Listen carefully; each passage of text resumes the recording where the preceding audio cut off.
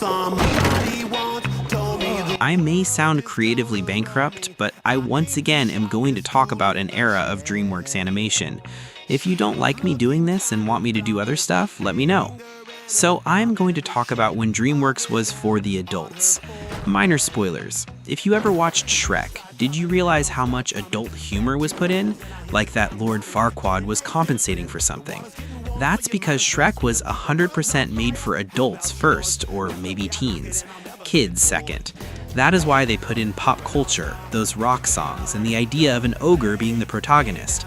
This really differentiated it from the exact opposite film of the year, Monsters, Inc. Though many kids would appreciate things like the putting modern technology into a 1500s set film, including a magic mirror, which also serves as a TV and does these dating shows. Oh, and did we mention the absolute mean-spiritedness of some parts, like Geppetto selling Pinocchio? Anyways, yeah, this was all to make fun of Disney, and many will say it worked really well. Next up, if we go back in time a bit, we have Ants. This was even more adult-oriented, with Z being a neurotic worker ant who feels insignificant. There is a literal war with termites with decapitations, not to mention a disembodied head talking, a genocide plot, and then there's the phrases. This film was not afraid to use words like damn, hell, bitchin', tight ass, and even, very surprisingly for a film of this sort, a quote about erotic fantasies. Oh, not to mention bugs eating food that tastes like crap. That's about it. The Prince of Egypt is definitely for adults in many ways due to its serious nature, but it's serious, so that's why. I'm talking more about ones with humor that makes it adult, or other stuff. The Road to El Dorado is one of these examples. In this film, we have an homage to the old Road 2 films, a very questionable thing they put in with Chell, and of course, Chell herself, maybe. There is a priest who loves human sacrifice, and that's it actually. But trust me, there's more. If we go to Shark Tale, while it was really hated, it definitely wanted adults in its audience, being a dark Godfather parody, and many jokes about pop culture and the social ladder. And then there's Madagascar. This had movie references, pop culture references, more jokes only adults would get, including a neurotic giraffe, and the penguins are definitely paying tribute to some past characters from somewhere.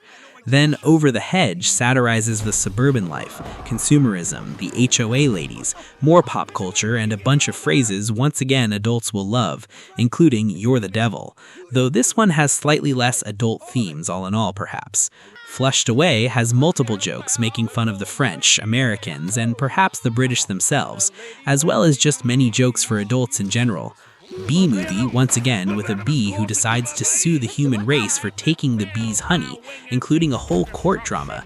Meanwhile, a man named Ken is trying to stop said bee, named Barry, from taking over his relationship with his girlfriend and is somehow framed as the villain. In a deleted, disturbing ending scene, Barry and the woman, named Vanessa, actually get married. Luckily, they didn't put that in there. There are many jokes adults will really like, though there is one about queens that may offend some people today. Next up, Monsters vs. Aliens. This is an homage to B-movies like Attack of the 50-Foot Woman. We have the making fun of the president and how the military likes to act, Area 51 stuff, a twist on the regular backstory, and I'm sure there's other stuff too. And finally, our last film on this list comes down to Megamind. This film is definitely for adults in full force. We have the villain defeating the hero, then getting depressed he doesn't have a hero to fight, and creates a new hero. We have a bunch of jokes parodying superhero tropes, jails, and a space dad. After that, the era of How to Train Your Dragon brought in first some deep films like the just mentioned film and Rise of the Guardians, and some a lot more kiddie than the previous DreamWorks films like The Boss Baby and Trolls. We never really got this style back again, for better or for worse, though it remains to be seen how Shrek 5 will turn out. So yeah, that's all I wanted to say.